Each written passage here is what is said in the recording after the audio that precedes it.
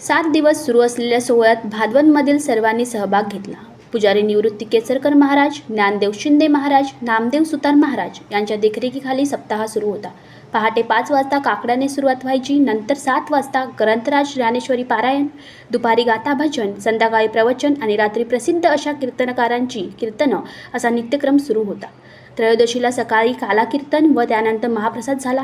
भाविकांनी त्याचा लाभ घेतला। संध्याकाळी 5 वाजता भव्य असा दिंडी सोहळा संपन्न झाला आणि 7 दिवस चाललेल्या सोहळ्याची सांगता झाली।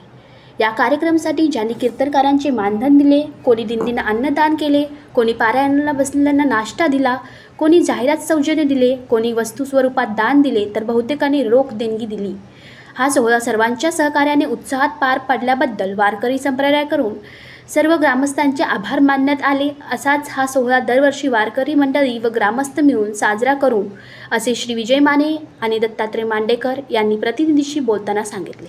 पाहत रहा MBP माझा न्यूज 24। परतल्याबरोबर मुखात अक्षर निघाली तद्विधी प्रणिपातेन परि प्रश्नेन सेवया उपदेशी ते ज्ञानं ज्ञाने तद्दर्शनः। काहीतरी प्रश्न तर विचारून जा। जेवढं ऐकल्या बरोबर आल्यावर म्हणाले हे येणं नवं, एवढा श्लोक ऐकल्या बरोबर